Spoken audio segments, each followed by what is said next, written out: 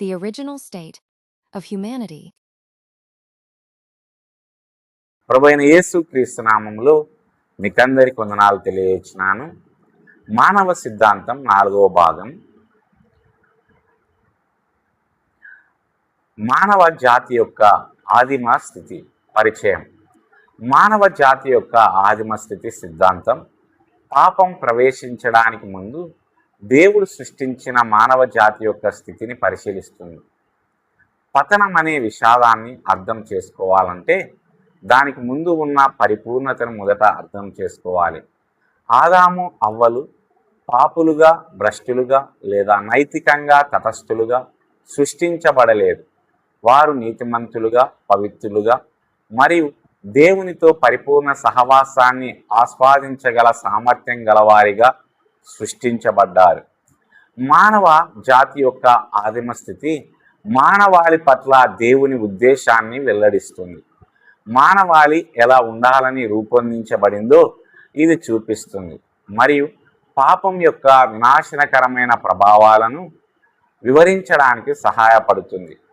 ఆది కాండంలోని ప్రారంభ అధ్యాయాలు మరణం, బాధ, అపరాధ భావం, అవమానం మరియు తిరుగుబాటు లేని ప్రపంచాన్ని చిత్రీకరిస్తాయి.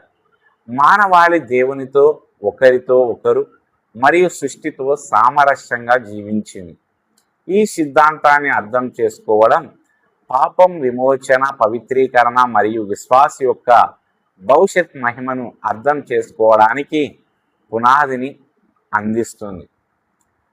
ఇందులో 11 విషయాలు కలవు. మొదటి విషయం, మానవాళి మంచిగా సృష్టించబడింది. బైబిల్ వృత్తాంతం దేవుని సృష్టి యొక్క మంచితనాన్ని పదే పదే నొక్కి చెబుతుంది. ఆది కాండం 1వ అధ్యాయం 31 ఇలా ప్రకటిస్తుంది: దేవుడు తాను చేసినదంతయు చూచి అది మిక్కిలి మంచిదిగా కనపడేను. ఈ తీర్పు మానవాళికి కూడా వర్తిస్తుంది. దేవుడు చెడును సృష్టించలేదు. దేవుడు పాపాన్ని సృష్టించలేదు. దేవుడు అవినీతిని సృష్టించలేదు. ఆయన చేసిన ప్రతిదీ ఆయన ఉద్దేశాలకు సరిపోయేలా ఉంది. మొదటగా మానవాళి పాపం లేకుండా సృష్టించబడింది. ఆదాము అవ్వలు ఎలాంటి పాప స్వభావం లేకుండా ఉనికిలోకి వచ్చారు. వారికి ఉన్నవి అపరాధ భావం లేదు, అవినీతి లేదు, దుష్ట కోరికలు లేవు, నైతిక లోపాలు లేవు. ప్రసంగి 7:29 ఇలా చెబుతుంది: దేవుడు మనిషిని యథార్థంగా సృష్టించాడు, కానీ వారు అనేక కల్పనలను వెతికారు. వారి అసలు స్థితి నైతిక స్వచ్ఛతతో కూడుకున్నది. రెండవదిగా, మానవాళి దేవుని స్వభావాన్ని ప్రతిబింబించింది. దేవుని స్వరూపాలుగా ఆదాము అవ్వలు ఆయన నైతిక స్వభావాన్ని ప్రతిబింబించారు. వారు కలిగి ఉన్నవి నీతి, పరిశుద్ధత, పవిత్రత, సత్యసంధత. పరిమిత ప్రాణుల అయినప్పటికీ వారు నైతికంగా దేవుని చిత్తానికి అనుగుణంగా ఉన్నారు. రెండవ ప్రధాన విషయం, మానవాళి దేవునితో పరిపూర్ణ సహవాసాన్ని అనుభవించింది. మానవాళి యొక్క ఆదిమ స్థితి యొక్క గొప్ప ఆశీర్వాదాలలో ఒకటి దేవునితో నిరాటంకమైన సహవాసం. మొదటగా ఏదెనులో దేవుని సన్నిధి. ఆది కాండము దేవుడు తోటలో సంచరించడాన్ని వర్ణిస్తుంది.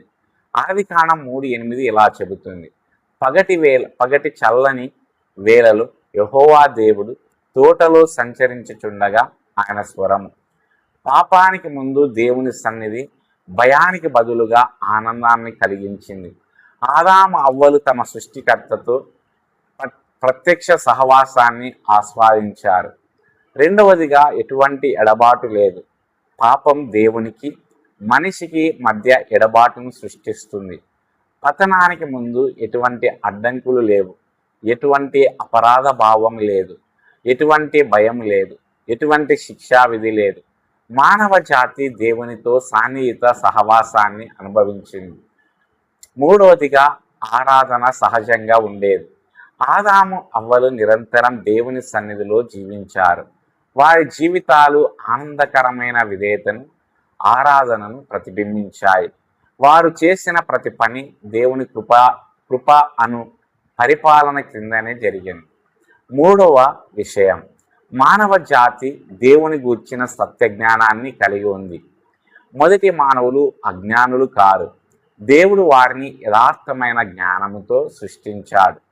మొదటగా దోషరహితమైన జ్ఞానం. ఆదాము అవ్వలు ఈ క్రింది విషయాలను అర్థం చేసుకున్నారు: దేవుని ఉనికి, దేవుని అధికారం, దేవుని ఆజ్ఞలు. వారి ఆలోచనలు పాపం వలన వక్రీకరించబడలేదు. రెండవదిగా సహవాసం ద్వారా జ్ఞానం. వారి జ్ఞానం కేవలం మేధోపరమైనది కాక సంబంధపరమైనది. వారు దేవుణ్ణి వ్యక్తిగతంగా తెలుసుకున్నారు. ఈ సంబంధమే వారి ఉనికిలో అత్యున్నతమైన ఆధిక్యత. మూడవదిగా విధేయతతో కూడిన జ్ఞానం. దేవుని గూర్చిన వారి అవగాహన ఇష్టపూర్వకమైన విధేయతను కలిగించింది. వారికి తెలిసిన దానికి వారు కోరుకున్న దానికి మధ్య ఎలాంటి సంఘర్షణ లేదు. నాలుగవ విషయం, మానవాళికి నైతిక స్వేచ్ఛ ఉంది. ఆదాము అవ్వలు దేవునికి విధేయత చూపగల సామర్థ్యంతో సృష్టించబడ్డారు. మొదటగా విధేయత చూపడానికి వారికి స్వేచ్ఛ ఉంది. పతనమైన మానవాళిలా కాకుండా వారు పాపానికి బానిసలు కాలేదు. వారి సంకల్పాలు నీతి వైపు మొగ్గు చూపాయి. దేవునికి ఇష్టమైనది చేయగల సామర్థ్యం వారికి ఉండేది. రెండవదిగా వారు పాపం చేయగల సామర్థ్యం కూడా కలిగి ఉన్నారు. నిర్దోషులు అయినప్పటికీ వారు మార్పు లేని వారు కారు. వారు విధేయతను కానీ లేదా అవిధేయతని కానీ ఎంచుకోగలిగారు. ఈ వ్యత్యాసం ముఖ్యమైనది. ఆదాము నిర్దోషి, పవిత్రుడు, నీతిమంతుడు, కానీ అతను పతనమవ్వలేనివాడు కాడు. మూడవదిగా తోటలో పరీక్ష. దేవుడు ఒక ఆజ్ఞ ఇచ్చాడు. ఆదికాండము 2వ అధ్యాయము 16-17 ఇలా చెబుతుంది: ఈ తోటలోని ప్రతి చెట్టు ఫలమును నీవు స్వేచ్ఛగా తినవచ్చును, కానీ మంచి చెడ్డలను తెలివినిచ్చే చెట్టు ఫలమును నీవు తినకూడదు. ఈ ఆజ్ఞ విధేయతకు ఒక పరీక్షగా పనిచేసింది. ఇది మానవాళికి దేవుని పట్ల ప్రేమపూర్వకమైన విధేయతను ప్రదర్శించడానికి ఒక అవకాశాన్ని కల్పించింది. 5. మానవాళి తనలో తానే సామరస్యాన్ని అనుభవించింది. పాపానికి ముందు మానవ స్వభావం పరిపూర్ణంగా పనిచేసింది. మొదటగా మనస్సు స్వచ్ఛంగా ఉంది. ఆదాము అవ్వల ఆలోచనలు వీటి నుండి విముక్తి పొందాయి. దోషం, మోసం, అవినీతి. వారి అవగాహన దేవుడు సృష్టించిన వాస్తవికతకు అనుగుణంగా ఉంది. 2. భావోద్వేగాలు స్వచ్ఛంగా ఉన్నాయి. వారి భావాలు దేవుని ప్రణాళికను ప్రతిబింబించాయి. అక్కడ ఉండేవి దుఃఖము లేని ఆనందం, ఆందోళన లేని శాంతి, స్వార్థం లేని ప్రేమ. 3. సంకల్పం యథార్థంగా ఉండేది. వారి ఎంపికలు సహజంగా దేవుని చిత్తానికి అనుగుణంగా ఉండేవి. నీతికి పాపానికి మధ్య అంతర్గత సంఘర్షణ లేదు. 6వ విషయం, మానవాళి ఒకరితో ఒకరు సామరస్యంగా జీవించారు. దేవుడు ఇలా ప్రకటించాడు: మనుషుడు ఒంటరిగా ఉండటం మంచిది కాదు. ఆదికాండం 2:18. అవ్వ సృష్టి మానవ సమాజాన్ని స్థాపించింది. మొదటగా పరిపూర్ణ వివాహం. ఆదాము అవ్వలు ఒక దోషరహితమైన సంబంధాన్ని కలిగి ఉన్నారు. వారి మధ్య ఇవి ఉన్నాయి: పరస్పర ప్రేమ, పరస్పర నమ్మకం, పరస్పర గౌరవం, సంపూర్ణ ఐక్యత. ఎలాంటి సంఘర్షణ లేదు, ఎలాంటి స్వార్థము లేదు, ఎలాంటి అపార్థము లేదు. రెండవదిగా సమానత్వం మరియు పరిపూరకత. ఇద్దరు దేవుని స్వరూపాన్ని ధరించారు. ఇద్దరు సమానమైన గౌరవాన్ని కలిగి ఉన్నారు. అయినప్పటికీ దేవుడు వారి సంబంధములో పరిపూరకమైన పాత్రలను స్థాపించాడు. ఈ ఏర్పాటు ఆయన జ్ఞానయుక్తమైన ప్రణాళికను ప్రతిబింబించింది. మూడవది సిగ్గులేదు. ఆదికాండము 2:25 ఇలా చెబుతుంది: ఆదాము అతని భార్య ఇద్దరు దిగంబరులై ఉన్నారు కానీ సిగ్గుపడలేదు. వారి సంబంధం సంపూర్ణ నిర్దోషత్వం మరియు పారదర్శకతతో కూడుకున్నది. 7వది, మానవాళి సృష్టితో సామరస్యాన్ని అనుభవించింది. సృష్టిని పరిపాలించడానికి దేవుడు మానవాళిని నియమించాడు. ఆదికాండం 1:28 ఇలా చెబుతుంది: ప్రతి జీవి మీద మీరు అధికారం కలిగి ఉండాలి. మొదటగా సృష్టి మానవాళికి లోబడి ఉండేది. జంతువులు ఆదాము అధికారం క్రింద ఉండేవి. ప్రకృతి దేవుని పరిపూర్ణ క్రమం ప్రకారం పనిచేసింది. 2 ఆనందదాయకంగా ఉండేది. పాపానికి ముందు పని భారంగా ఉండేది కాదు. ఆదామును తోటలో ఉంచారు, దానిని సాగు చేయడానికి మరియు కాపాడడానికి. ఆదికాండము 2:15. పని అర్థవంతంగా మరియు సంతృప్తికరంగా ఉండేది. 3 శాపం లేదు. భూమి సమృద్ధిగా ఫలాలను ఇచ్చింది. ముళ్ళు లేదా కలుపు మొక్కలు శ్రమకు ఆటంకం కలిగించలేదు. సృష్టి మానవాళి పరిపాలనకు పూర్తిగా సహకరించింది. 8 మానవాళి మరణం నుండి విముక్తి పొందింది. దేవుని ఆది సృష్టిలో మరణం భాగం కాదు. మొదటగా శారీరక మరణం లేదు. మానవ జీవితంలో అనారోగ్యం, క్షయం ఇటువంటివి అనేవి లేవు. ఆదాము అవ్వలు జీవించడానికి సృష్టించబడ్డారు. 2వదిగా ఆత్మీయ మరణం లేదు. దేవునితో వారి సంబంధం సజీవంగా, శక్తివంతంగా ఉండేది. ఎలాంటి పరాయీకరణ లేదు. 3వదిగా మరణ భయం లేదు. మరణం ప్రపంచంలోకి ప్రవేశించినందున మానవాళి తీర్పు లేదా నాశనం గురించిన భయం లేకుండా జీవించింది. 9 మానవాళి దేవుని నిబంధన ఆజ్ఞ క్రింద జీవించింది. ఆదాముతో దేవుని సంబంధములో బాధ్యతలు కూడా ఉన్నాయి. మొదటగా దైవిక ఏర్పాటు. జీవితానికి అవసరమైన ప్రతిదాన్ని దేవుడు సమకూర్చాడు. తోట సమృద్ధిని అందించింది. దేవుని మంచితనం మానవాళిని చుట్టుముట్టింది. 2 దైవిక అధికారం. ఎంతో దీవించబడినప్పటికీ ఆదాము దేవునికి జవాబుదారిగా ఉన్నాడు.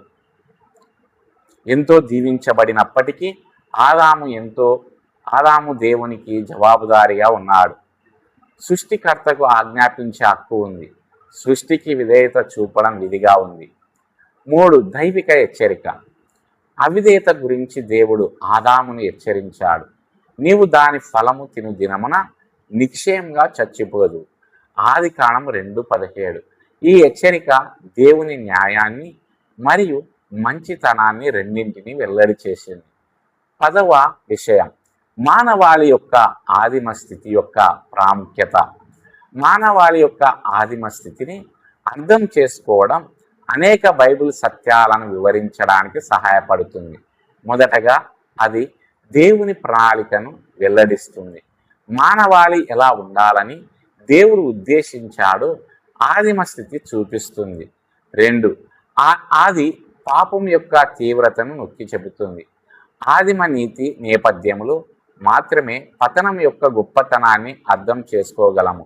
3 మానవాళికి విమోచన అవసరాన్ని ఇది ప్రదర్శిస్తుంది. మానవాళి ఈ ధన్యమైన స్థితి నుండి పడిపోయినందువల్ల రక్షణ అవసరమైంది.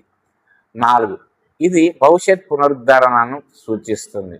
దేవుని విమోచన ప్రణాళిక పాపం ద్వారా కోల్పోయిన దానిని అంతిమంగా పునరుద్ధరిస్తుంది. విశ్వాసుల అంతిమ స్థితి ఏదేను తోటను కూడా మించిపోతుంది. 11 ఆచరణాత్మక అనువర్తనాలు. మొదటగా దేవుని మంచితనాన్ని గుర్తించండి. మానవాళి యొక్క ఆదిమ స్థితి దేవుని దయగల స్వభావాన్ని వెల్లడిస్తుంది. 2 పాపం యొక్క తీవ్రతను గుర్తించండి. పాపం అసాధారణమైన ధన్యమైన స్థితిని నాశనం చేసింది. 3వదిగా దేవునితో సహవాసానికి విలువ ఇవ్వండి. ఏదేని తోట యొక్క గొప్ప దీవెన దేవునితో సహవాసమే. 4 భవిష్యత్ మహిమను ఆశించండి. విశ్వాసులు క్రీస్తు ద్వారా సంపూర్ణ పునరుద్ధరణ కోసం ఎదురు చూస్తారు. 5 పరిశుద్ధతను వెంబడించండి. మానవాళి ఆదిలో పరిశుద్ధంగా సృష్టించబడింది కాబట్టి దేవుని ప్రజల ఆయన స్వభావానికి అనుగుణంగా నడుచుకోవడానికి ప్రయత్నించాలి. ముగింపు మానవాళి యొక్క ఆదిమ స్థితి పరిశుద్ధత, నీతి, నిర్దోషత్వం మరియు దేవునితో పరిపూర్ణ సహవాసంతో కూడుకున్నది. ఆదాము అవ్వలు నీతిమంతులుగా, పాపరహితులుగా మరియు తమ సృష్టికర్తకు విధేయత చూపగల సామర్థ్యం గలవారిగా సృష్టించబడ్డారు. వారు తమలో తాము ఒకరితో ఒకరు సృష్టితో మరియు అన్నిటికంటే ముఖ్యంగా దేవునితో సామరస్యాన్ని అనుభవించారు. అయినప్పటికీ ఈ ధన్యమైన స్థితి శాశ్వతం కాలేదు. ఎందుకంటే మానవాళికి అవిధేయత చూపగల సామర్థ్యం ఉంది. ఏదైనా తోట యొక్క పరిపూర్ణత పతనం అనే విషాదాన్ని మరియు దేవుని విమోచన ప్రణాళిక యొక్క గొప్పతనాన్ని రెండింటినీ స్పష్టం చేస్తుంది. క్రీస్తు ద్వారా దేవుడు తన ప్రజలను పునరుద్ధరిస్తున్నాడు మరియు నీతి, పరిశుద్ధత మరియు ఆయనతో సహవాసం నిరంతరం అనుభవించబడే భవిష్యత్ స్థితి కోసం వారిని సిద్ధం చేస్తున్నాడు. దేవుడు ఈ మాటలు దీవించునుగాక. ఆమెన్.